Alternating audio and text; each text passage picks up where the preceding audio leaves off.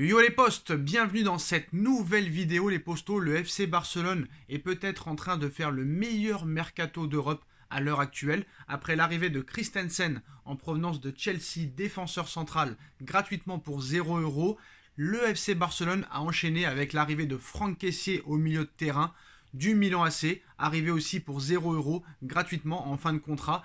Et le FC Barcelone continue d'enchaîner son mercato XXL, les postos, avec l'arrivée de Rafinha, l'attaquant de Leeds United, pour la somme de 70 millions d'euros.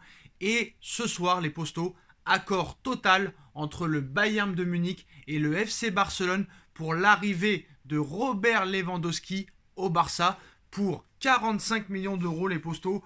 Le Bayern de Munich a enfin cédé aux sirènes barcelonaises. Et honnêtement, voilà, c'est totalement incroyable ce qu'est en train de réaliser le FC Barcelone. Robert Lewandowski va signer au FC Barcelone contre 45 millions d'euros, plus 5 millions d'euros de bonus. C'est annoncé ce soir. L'officialisation est attendue ce week-end.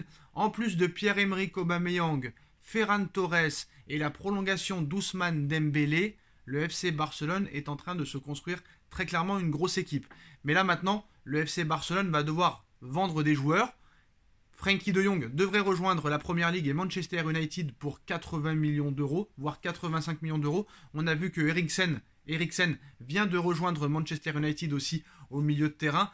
Quel beau parcours d'Eriksen, après son problème cardiaque à l'Euro 2020. Un an plus tard, il signe à Manchester United. Comme quoi, dans la vie, rien n'est impossible. Il faut toujours y croire jusqu'au bout.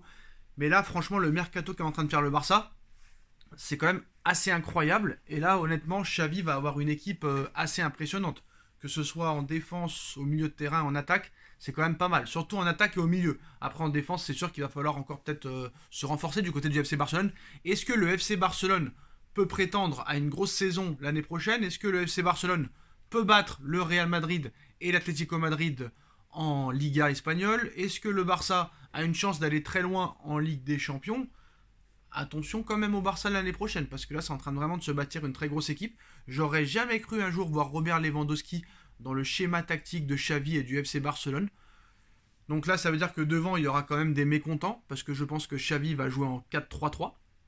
Et quand tu as Ousmane Dembélé, quand tu as Pierre-Emerick Aubameyang, quand tu as Ferran Torres, quand tu as Robert Lewandowski, quand tu as Rafinha, là honnêtement il va y avoir 3 places pour 5. Et vu les investissements qui ont été faits sur ces joueurs, que ce soit Aubameyang, Ferran Torres, Ousmane Dembélé, ainsi que Trincao, faut pas l'oublier, Robert Lewandowski et maintenant Rafinha, je pense que là, très clairement, il y aura des problèmes de riches.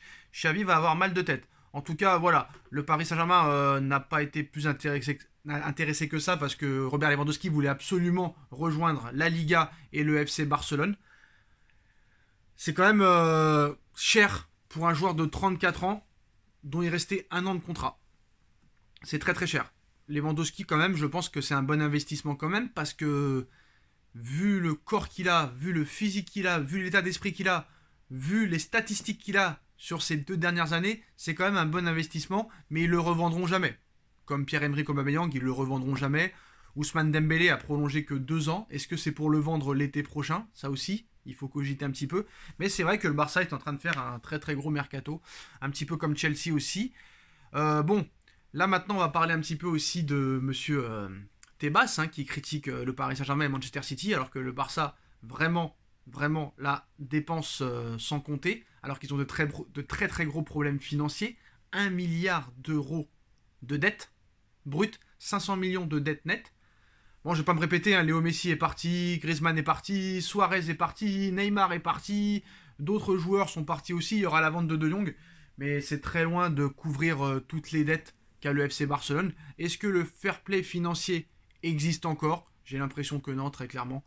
Alors en plus de l'inflation, en plus du Covid, en plus de la guerre en Ukraine, je pense que là, très clairement, le fair play financier va couler et a coulé pour moi. Même si maintenant, les règles ont changé avec la nouvelle réforme du fair play financier. Maintenant, c'est très clairement seulement la masse salariale qui compte et plus réellement le budget.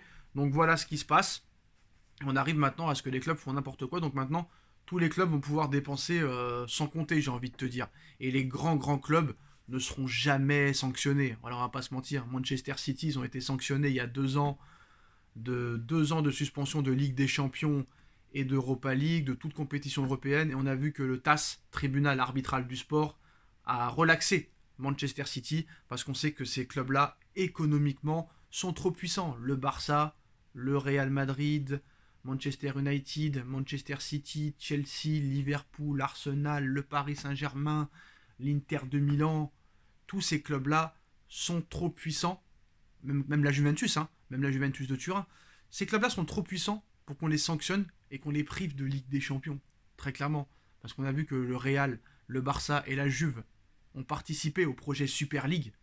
Normalement, n'importe quel autre club aurait dû être sanctionné et viré de la Ligue des Champions. Mais comme c'est la Juve, le Real et le Barça, peut-être les 3 plus grands clubs au niveau palmarès de Ligue des Champions et au niveau européen, tu ne peux pas, très clairement, les sanctionner et les virer. Alors que si ça aurait été Fenerbahçe, le Dynamo Kiev ou le Sporting Lisbonne, peut-être qu'on aurait pu les virer du côté de l'UEFA. Donc voilà. Après voilà, il ne faut pas être jaloux, loin de là. Maintenant, les footix vont être contents, ça c'est sûr et certain. Parce que quand je vois les supporters du Paris Saint-Germain aujourd'hui, sur l'arrivée de Renato Sanchez, sur l'arrivée de Hugo Ekitike et sur l'arrivée de Vitinha, ça leur pose problème parce que ce ne sont pas des joueurs genre soi-disant assez confirmés, assez starifiés. Mais quand le Barça achète ça, tout le monde trouve ça exceptionnel. Et l'année dernière, le PSG avait fait un mercato soi-disant XXL. On a vu que Wijnaldum là, va quitter normalement le Paris Saint-Germain dans quelques jours. Mais voilà, c'est toujours 2 points de mesure. Tu as l'impression qu'il n'y a que ces clubs-là qui ont le droit de briller. Il n'y a que ces clubs-là qui font des bons choix. Et les autres clubs, ils ne font pas des bons choix. En tout cas, là, le Bayern de Munich sait bien vendre. Et là, quand tu vois le Real Madrid, ils ont le droit d'acheter. Le Real Madrid, ça fait 5 ans qu'ils n'ont pas recruté. Ils se sont débarrassés de beaucoup de joueurs, de beaucoup de salaires. Mais voilà, le Barça, ils n'ont pas fait 3-4 années de transition sans mercato comme le Real Madrid.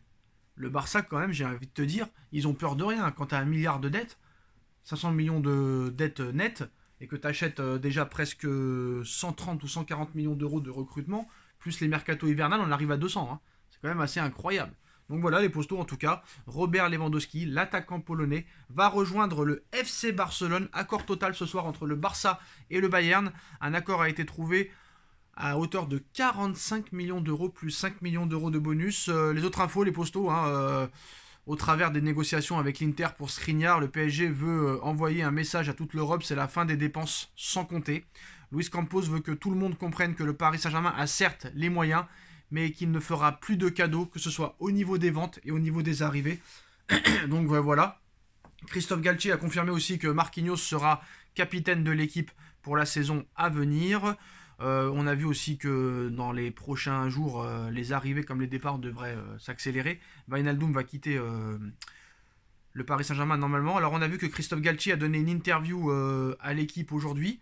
Alors le plus fort avec Neymar, que sans Neymar, une équipe est toujours plus forte avec des grands joueurs. Neymar en est un. Je sais où il peut être à l'aise, que ce soit un peu plus haut décroché ou devant 2 milieux de terrain. Donc ça c'est la première chose que nous dit Christophe Galtier. Après on nous dit, sur ce que je peux voir depuis 10 jours, Léo Messi est un joueur totalement investi. Le reste, la planète entière sait ce qu'il est capable de faire. J'ai lu tout ce qui a pu se dire sur Presnel Kimpembe. On en a même rigolé ensemble. C'est un joueur que j'apprécie. Il est direct dans le rapport humain. Ce qui va advenir, je ne sais pas. C'est un grand défenseur, un leader. Galtier qui rigole avec Kimpembe, d'accord, pourquoi pas. Mais voilà, si le PSG a envie de le vendre et que Kimpembe a envie de s'en aller, Kimpembe partira. Ça, c'est sûr et certain. On a vu aussi que il a fait une petite blague sur Neymar. Le média, le journaliste, lui a demandé si Neymar arrivait en retard, qu'est-ce que vous lui diriez? Il lui répond: mais Ney, pourquoi? Pourquoi? Voilà, petite blague. On espère très clairement que s'il arrive en retard, il sera plus, on va dire, carré, sévère. Voilà les postos, en tout cas, l'information principale du jour. Robert Lewandowski rejoint le FC Barcelone pour 50 millions d'euros. Dites-moi en commentaire ce que vous en pensez. On like, on partage, on commente, on s'abonne. Et on se retrouve très vite pour une nouvelle vidéo. Tchuss.